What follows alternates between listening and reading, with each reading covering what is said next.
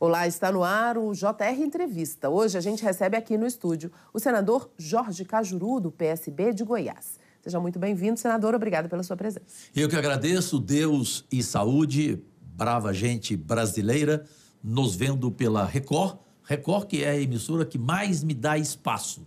As demais deixam o Cajuru falar 30 segundos. Obrigado. Bom, aqui o programa é bem maior que 30 segundos, viu, senador? Vamos começar, senador? Do jeito que você quiser, Lívia. Vamos lá, então. Vamos começar perguntando sobre a questão do IOF, o Imposto sobre Operações Financeiras. O aumento da alíquota gerou mais uma crise entre o governo e o Congresso, que pediu que a equipe econômica apresente uma alternativa ao decreto. O senhor, como vice-líder do governo no Senado, como que o senhor avalia esse aumento? Acha que é uma forma justa de equilibrar as contas públicas? Bom, justa ela é. A questão de você ajustar as contas públicas é você acreditar que isto vai acontecer. Diante da corrupção do INSS, a partir de agora, veio um sinal de alerta. De repente, o governo Lula pode, embora na época ele não soubesse, mas ao redor dele, os seus, entre aspas, amigos roubaram tudo no Petrolão, no Mensalão. Daqui para frente, esse perigo, ele é em qualquer segmento, especialmente este. O presidente do Senado, Davi Alcolumbre, é sensato, está dialogando com o governo. O ministro Haddad, eu sou admirador dele, da competência dele.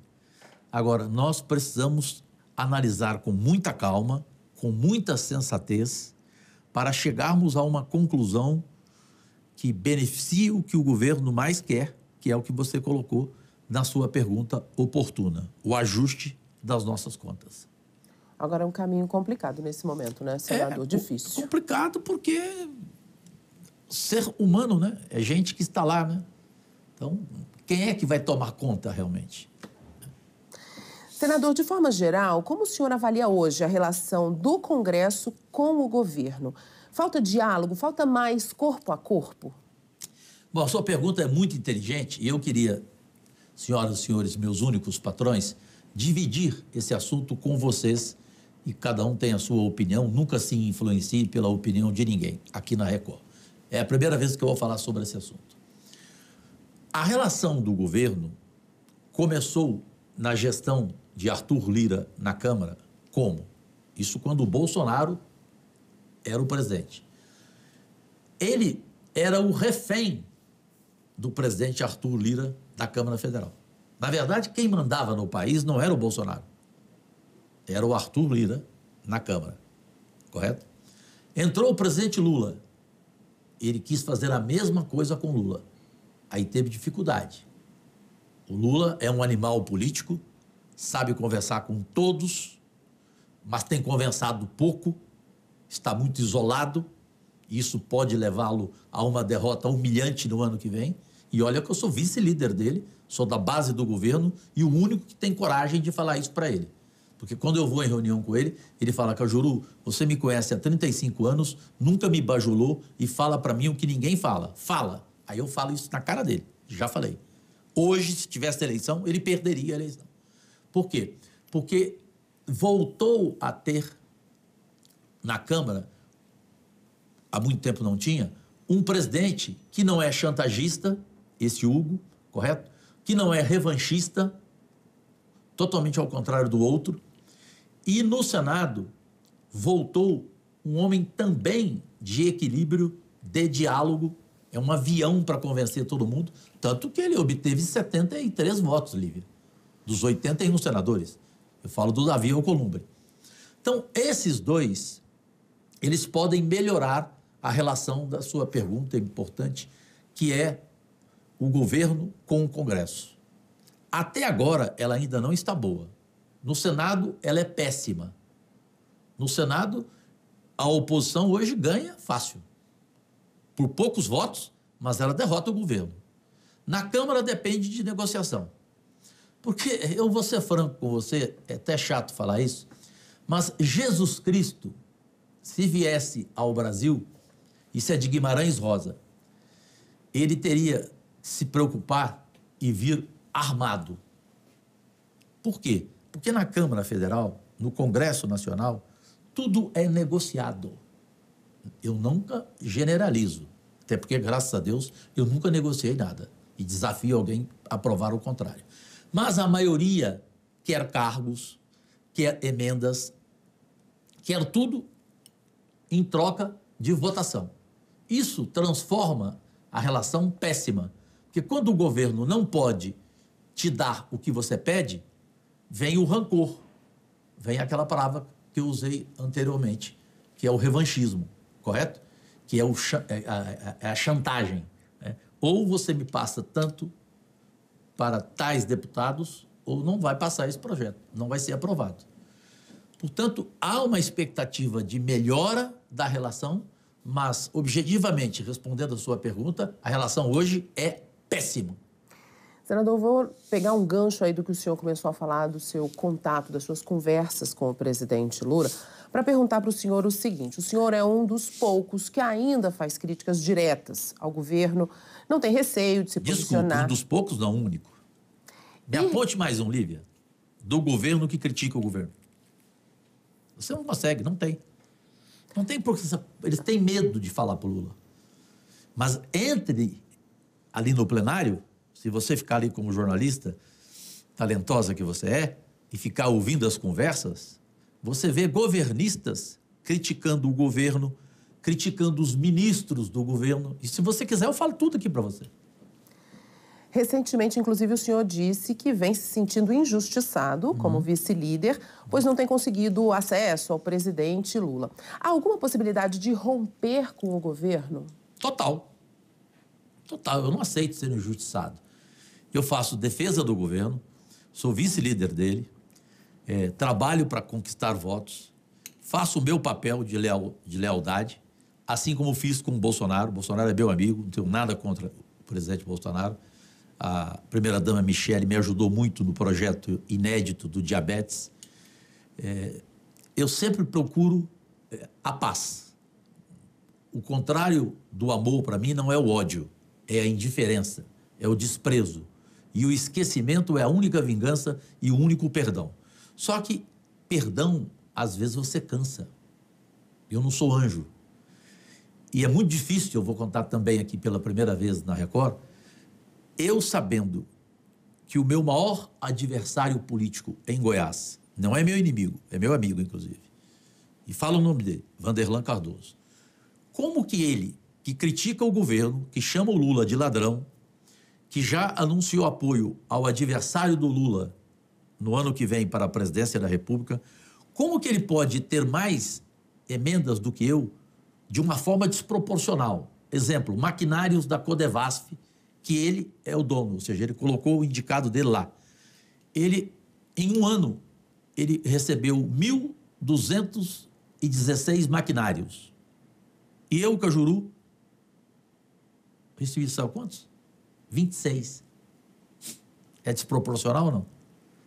Eu tenho que falar que estou sendo injustiçado ou não? Eu não usei a palavra traído. Traído é jornalista sensacionalista que adora a manchete. Eu falei injustiçado. Portanto, eu estou... infelizmente, o presidente Lula não vai entender o que eu vou falar. E poucos parlamentares vão. Mas eu estou, nesse governo, a caminho do báratro. O que significa báratro, presidente Lula? Precipício, abismo. Portanto, eu não vou cair nele. Eu não vou cair nesse abismo, nesse buraco, nesse precipício. Eu saio, continuo independente e pronto, até porque eu vou sair da política também, então não tenho que anunciar apoio a ninguém, absolutamente ninguém, e voltar à minha profissão, que eu completei 50 anos de carreira, dos quais fiz Copa do Mundo pela Record, fiz programas na Record, vou voltar para a Record Goiás com programa de esportes, faço jornalismo, faço rádio, é o que eu amo. A política é um nojo realmente, só que boa parte dela é um chiqueiro. Mas eu vou sair desse chiqueiro sem levar nem o cheiro dessa caatinga. Meu nome não vai ser manchete do Jornal da Record, nunca com notícia negativa, com corrupção. E eu vou deixar um legado histórico para Goiás e para o Brasil, que é a PEC Cajuru, que não foi o Cajuru que pediu para chamar Cajuru. Foi o presidente Rodrigo Pacheco e também foi o presidente Davi Alcolumbre que decidiram intitular a PEC como PEC Cajuru. Teve a do Paulo Gustavo, né? A do Aldir Blanc, de outros e tal, que é o fim da reeleição no Executivo. Vai passar, vai aprovar, pode ter certeza, e para mim é algo que vai ficar na história do país, porque vai representar uma economia de bilhões de corrupção com eleição a cada 2 anos. A cada 2 anos, Lívia, talvez pouca gente saiba disso, o Brasil gasta com dinheiro jogado no ralo da corrupção, ok? Corrupção eleitoral. Gasta 6 bilhões a cada 2 anos. Nas eleições a cada 4 anos, porque é presidente, governador, não é isso? Sabe quanto gasta? 23 bilhões. Então, para mim, o jornalista ou o cidadão, qualquer um desses que é contra o meu projeto, a minha PEC, o fim da reeleição, ou é corrupto ou ama a corrupção. Então, pegando aí o gancho da PEC Cajuru, o senhor tem conversado, o senhor acha que tem clima para que ela seja aprovada? No Senado, rindo. A discussão agora no Senado é porque veio uma emenda do senador Carlos Portinho que os demais senadores ficaram indignados. Qual? A redução de mandato deles, porque aumentaria o mandato de 4 para 5 anos do presidente, do governador, do prefeito, do vereador, dos deputados estadual e federal e dos governadores. Então, todos teriam mais 1 ano de mandato, 5. Aí, o que aconteceu na discussão da CCJ? Os senadores perderiam 5 anos de mandato. Qual senador que vai aceitar isso?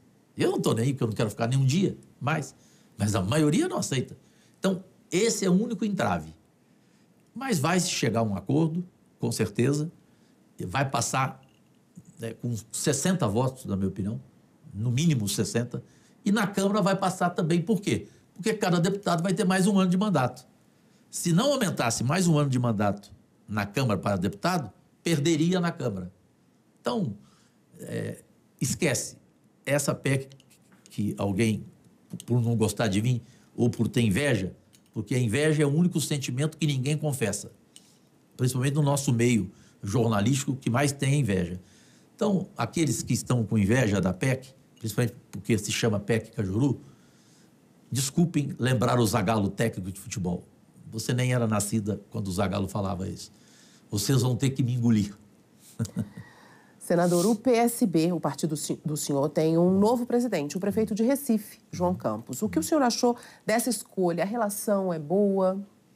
Ela é a melhor possível. O João Campos, para mim, é a maior revelação política do Brasil. O melhor prefeito disparado do país. Sabe se relacionar de uma forma como se fosse o pai. Ele é o pai escrito. Eu era amigo pessoal do pai, Eduardo Campos. E eu fui amigo pessoal de Miguel Arraes. O PSB existe há 80 anos. É o partido mais histórico do país, o socialista brasileiro, o PSB. Teve um presidente acima da média, Carlos Siqueira, que ensinou muito ao João Campos. E ele já veio com o DNA dele. Portanto, ele vai fazer uma gestão fantástica e pode escrever.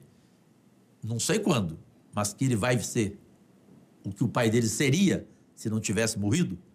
Morrido não, assassinado. Porque para mim mataram o Eduardo Campos. Não foi o avião que caiu. Isso é conversa fiada. Isso é igual o ministro Teori. Mataram o ministro Teori. Não tem negócio de avião. Até porque o avião que eles estavam é o avião dos governadores americanos. Só que lá nos Estados Unidos, esse avião nunca caiu. Por que só aqui no Brasil caiu 2 vezes e caiu exatamente com essas 2 pessoas? Então, pode ter certeza, o Eduardo Campos vai lá do céu comemorar, ver o filho dele, João Campos, chegar à presidência da República. Senador, inclusive no dia em que o João Campos foi oficializado presidente do PSB, o presidente Lula fez um discurso criticando o ofício que o governo dos Estados Unidos enviou ao Ministério da Justiça, questionando a atuação do ministro Alexandre de Moraes no Supremo. O que o senhor acha dessa interferência do governo norte-americano? Lívia, eu vou usar uma palavra forte aqui, com a sua permissão, por gentileza. Não vou ser mal educado, porque não sou. Tudo que vem desse cidadão americano, que recuso falar o nome dele, é asqueroso. Esse é um adjetivo forte. Asqueroso. É de causar nojo. Então, tudo que vem do governo americano hoje, que perdeu uma chance histórica de colocar uma mulher na presidência, a concorrente dele, né? Muito mais preparada, né? Não tem nem como. Hoje os americanos estão arrependidos. Eu conheço americanos. Eu morei nos Estados Unidos. Eu tenho amigos, amigas. Hoje há um arrependimento. Portanto, o presidente Lula teve todo o direito de reagir e tudo o que ele demonstrar de insatisfação, de indignação, de repúdio a esse governo americano, ele, Lula, terá o meu apoio, mesmo que eu não esteja mais na base dele. Porque romper a relação com ele não é ser inimigo dele, é não estar mais politicamente com ele. Mas não vou xingá-lo, não vou ofendê-lo, vou ter o maior respeito por ele, vou torcer por ele, evidente, porque para mim, infelizmente, no Congresso Nacional, existem senadores e deputados que não são contra o Lula, eles são contra o Brasil. Então fica uma oposição medíocre, antipatriota. Então eles querem aquela velha frase ridícula, Lívia, que os seus avós usavam, que é o quanto pior, melhor. Isso é triste. E você pode assistir ao JR Entrevista na Record News, no portal R7, no Play Plus, no Jornal da Record, no JR 24 horas, à 00h30 e também nas nossas redes sociais. Eu também estou na Record News. A gente já em Goiás e Minas Gerais. A gente vai falar disso já já, senador. Voltando a falar um pouco da sua atuação no Congresso, o senhor apresentou um projeto de lei com mudanças no Código Penal em casos de violência doméstica. O que exatamente esse texto propõe, senador? Propõe o fim da hipocrisia. Porque que punição tem quem agride a uma mulher? Que não há nada mais covarde nesse mundo. Eu, graças a Deus, nunca encostei um dedo em mulher, de forma alguma. E até hoje, as leis, elas são frágeis. Não há punição.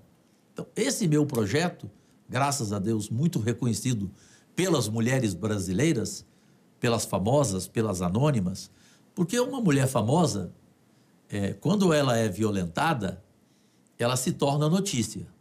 Agora, a mulher pobre, que não é famosa, que não é rica, quando ela é violentada, ou ela morre, ou ela fica calada em silêncio. Então, nós precisamos saber como punir a agressão. E, para mim, não tem que ter condicional, não merece quem agride uma mulher ter condicional.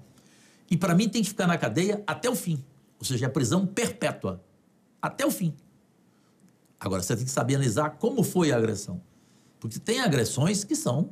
Eu conheço uma amiga aqui em Brasília, que é amiga minha e da senadora Leila do vôlei. Claro que eu não vou falar o nome dela.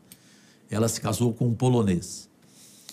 O cara, ele agredia todo dia, mas agredia de soco na cara, de quebrar dente, soco no olho, ela perdeu um olho, perdeu a visão. Então, um homem desse, ele merece uma prisão de 2 anos e sai incondicional? Ou ele merece uma prisão pro resto da vida? É isso que propõe esse meu inédito projeto que, tomara Deus, seja aprovado e sancionado. Senador, o senhor presidiu a CPI da manipulação dos resultados de jogos. O que o senhor achou do resultado? Bem, o relator Romário dispensa comentários. O Romário apresentou quase 700 páginas. Ou seja, ele se aproximou do relatório do Renan Calheiros na CPI da Covid, que só existiu porque eu e o Alessandro Vieira, senador acima da média, sergipano, nós dois entramos com uma ação no STF, porque ela seria engavetada. E o ministro Barroso deferiu o nosso pedido. E aí mandou abrir a CPI. Ou seja, se não fosse essa CPI, e se não fôssemos nós dois, o Brasil teria chegado a 1,5 milhão de mortes. Mesmo assim, chegou a 700 mil mortes. A nossa CPI da manipulação, no relatório, ela apresentou sugestões que eu vou te informar aqui em primeira mão, todas elas, objetivamente, e com um detalhe.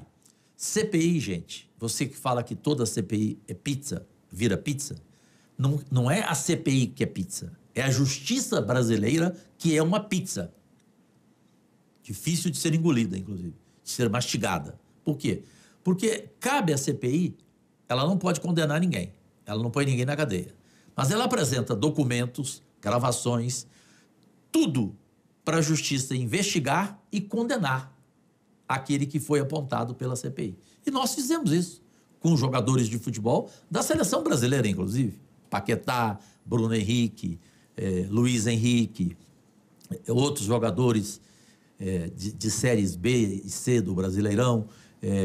O empresário que mais roubou, porque ele, na CPI, em videoconferência, nas perguntas que eu fiz como presidente a ele, ele confessou a mim. Falou, Cajuru, eu estou há mais de 10 anos fazendo isso. Eu falei, fazendo isso? Não, sendo corrupto. Ele falou, sim. Eu falei, então você é um réu, confesso? Sim. Quanto que você já faturou? Cajuru, uns 300 milhões. Esse cara está preso, Lívia, lá em Dubai. Com a burocracia que existe, já vai para 4 meses de prisão, ele não veio ao Brasil. E a Polícia Federal o espera aqui, porque ele prometeu fazer uma delação premiada e apontar os tubarões envolvidos, que até então ele disse que estava denunciando os lambaris. Portanto, a nossa CPI, além disso, agora te informo, apresentou sugestões, as minhas, por exemplo. A partir de agora, o apostador, primeiro ele tem que entrar com o RG dele, reconhecimento facial, perfeito? Para menor não jogar, para acabar com essa história de criança ficar gastando dinheiro do pai, do avô, cartão de crédito e apostando sem parar. Então, documento tem que mostrar, reconhecimento facial. Segunda sugestão, a pessoa que entra, ela tem que apresentar documentalmente, com provas, onde ela trabalha e quanto ela recebe. Dependendo do salário, exemplo, se você recebe R$2.000 por mês, pela sugestão nossa, na nossa CPI, no nosso relatório final, essa pessoa poderia gastar R$200, ou seja, 10% do que ela recebe. Agora, as sugestões minhas mais fortes, que o Romário concordou com todas. Ele foi o relator. E os demais membros concordaram também. 1.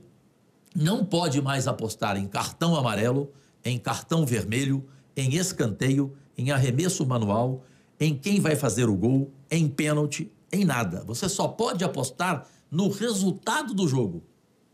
Vasco e Flamengo. Você aposta Vasco, empate ou Flamengo.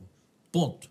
Isso reduziria absurdamente a corrupção da manipulação dos jogos de futebol.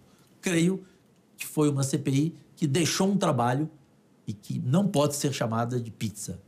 E que a justiça não seja pizza como é em todas as CPIs. O que o senhor está achando das CPIs que estão instaladas no Congresso? O senhor acha também que deve ser instalada uma CPI para investigar a questão dos descontos ilegais do INSS?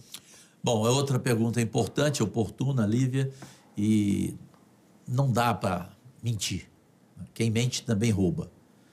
Se você, no governo, não estou acusando ninguém, mas tem gente do governo, eu sou da base do governo, que não quer a votação de forma alguma para a aprovação da CPI do INSS. Isso é péssimo, porque isso, para a imagem do governo Lula perante a sociedade brasileira, demonstra o quê? Demonstra o medo. E aí vem a frase também de seus avós: quem não deve, não teme. Se o governo não quer a CPI, é porque ele está com medo de alguma coisa acontecer. Vamos lá. Para falar isso, desculpa, é só Cajuru mesmo. Outro senador não falaria isso. O presidente Lula está com medo do irmão dele ser pego na CPI. Ele não tem que ter medo, o Lula. Se o irmão dele for pego, ele tem que botar o irmão dele na cadeia, o Lula, e nem visitá-lo ele tem que ir. E, na minha opinião, o Lula faz isso. Ele é capaz de fazer isso. O problema é que tem gente ao redor do governo Lula, infelizmente, gente ruim em todos os aspectos, morais, de relacionamento, tudo, senadores, deputados, têm pavor desses ministros que estão lá, lado a lado com Lula, todo dia. Eles ficam pedindo a senadores para que não assinem. Eles só não tiveram coragem de pedir para não assinar, sabe quem? Eu, porque eles sabem que eu gravo toda a conversa. Ligou para mim, eu gravo a conversa mesmo. Eu só publico se for necessária, nesse caso. Então, se alguém me ligar pedindo para não assinar, eu, além de gravar e de mostrar na tribuna do Senado, eu vou dizer, eu já assinei.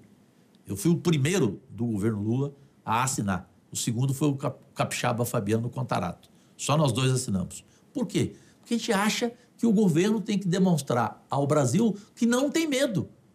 E quem tiver envolvido vai para a cadeia, pronto, acabou, e o Lula sairá bem. A imagem dele voltará a ser aquela imagem de um homem, né, democrata e de um homem independente, que não tem medo. Agora, se ficar desse jeito, onde eu vou? Passei esse final de semana, o último final de semana, no Rio de Janeiro. Todo mundo vem falar comigo. Olha, que o Lula está com medo da CPI por causa de quê? Então fica ruim. É uma questão de imagem. Senador, esse escândalo, então, pegando o gancho aí do que o senhor contou do seu final de semana, esse escândalo do INSS piorou a imagem do governo? O senhor acha que qual é a expectativa para as eleições presidenciais do ano que vem? E esse escândalo pode afetar? Bom, Lívia, não é que piorou a imagem. A imagem do governo Lula, eu não concordo com essas pesquisas. Para mim, ela continua boa. O que está ruim é o fato de, até agora, a CPI do INSS não ter sido confirmada e estar sendo engavetada. Aí sim, a imagem é péssima do governo Lula. A CPI começando, ele voltará a ter uma boa imagem em relação aos resultados econômicos do país, a questão do emprego de volta, a questão do fim da miséria, que é deplorável. O governo vai ter resultados no ano que vem surpreendentes, eu não tenho dúvida disso. Portanto, basta colocar logo essa CPI para trabalhar e que ela seja responsável, saiba escolher os membros, especialmente os titulares, que sejam independentes, que sejam corretos e que não vão lá fazer circo ou fazer palhaçada, certo? Ficar aquele xingamento, aqueles momentos que nós vivemos na CPI da Covid, por exemplo, que foram deploráveis, né? Então, essa é a situação. No caso da eleição presidencial para o ano que vem, vai depender do que eu acabo de falar para você. Se essa CPI começar e apontar realmente os envolvidos, o Lula voltará a ser o favoritaço para a reeleição. Não terá adversário. Nem se o Bolsonaro estiver absolvido, por exemplo, não for para a cadeia, nem ele ganhará do Lula, de forma alguma. Agora, se isto não acontecer, aí o presidente Lula pode perder, não é para o Bolsonaro, pode perder para qualquer outro da direita que tenha o apoio bolsonarista. Por falar em reeleição, o senhor pretende, ano que vem, tentar a reeleição ao Senado? Quais são os seus planos, senador? Se você tivesse um contrato aí agora, na sua mão, eu assinaria nesse momento o contrato para começar a trabalhar na Record hoje e para trabalhar o resto da minha vida. Eu faço um contrato sem multa rescisória, ok? Mas para ficar até o final da minha vida e sair da política hoje. Hoje. Eu tomei nojo. Só que eu entrei para fazer um trabalho e deixar um legado. Isso eu vou fazer. Goiás vai reconhecer, o Brasil vai reconhecer e vai se lembrar de mim por tempos e tempos, como foi o Cajuru, campeão absoluto de projetos, 586 projetos em 6 anos e meio de mandato, campeão absoluto de presença, nunca faltei, nunca deixei de voltar uma só sessão. Olha que loucura. E eu tive 2 AVCs. Fui para UTI, mas tive sorte porque fiquei na UTI sexta, sábado, domingo e segunda, dias que não tem sessão. Eu nunca fui para UTI terça, quarta e quinta, dias de sessão. Então, eu sou privilegiado por Deus, graças a Deus, e chega. Farei o meu papel e pronto. Não é possível alguém querer ficar 20 anos na política. Política não é profissão. Tem que haver alternância. Por isso que o fim da reeleição, a PEC Cajuru, ela é fundamental. Porque o sujeito vai ter só 5 anos. Ele vai pensar em fazer uma boa gestão para deixar o nome dele marcado para daqui a 5 anos ele tentar de novo. Se ele não fizer um bom trabalho em 5 anos, ele não voltará depois de 5 anos. E gente nova vai querer entrar na política. Exatamente por quê? Porque vai acabar com essa história do sujeito ficar 40 anos, sai ano, entra ano, e ele continua sendo senador, continua sendo deputado, vereador e assim por diante. Então, isso eu acho que é um basta. E, repito, só quem é corrupto para não gostar da PEC Cajuru, o fim da reeleição. Por enquanto, no Executivo. Depois tem que entrar também no Legislativo. Tem que deixar só 2 mandatos. Ninguém precisa ter mais do que 2 mandatos. Eu fiquei 2 anos como vereador. Vou ficar 8 como senador. 10 anos de vida pública. Para que mais? Viu, senador? Nossa conversa foi bem mais de 30 segundos hoje aqui, viu? O JR Entrevista... Mas foi a entrevista mais completa que eu dei até hoje em meu mandato. Espaço sempre aberto aqui, senador. Muito obrigado, de coração. Deus saúde. O JR Entrevista fica por aqui. Senador Jorge Cajuru, muito obrigada pela presença do senhor aqui com a gente. Você pode assistir ao programa na Record News, no portal R7, no Play Plus, no Jornal da Record, no JR 24 horas, à 00:30 e também nas nossas redes sociais. Obrigada a você também pela sua companhia e até a próxima.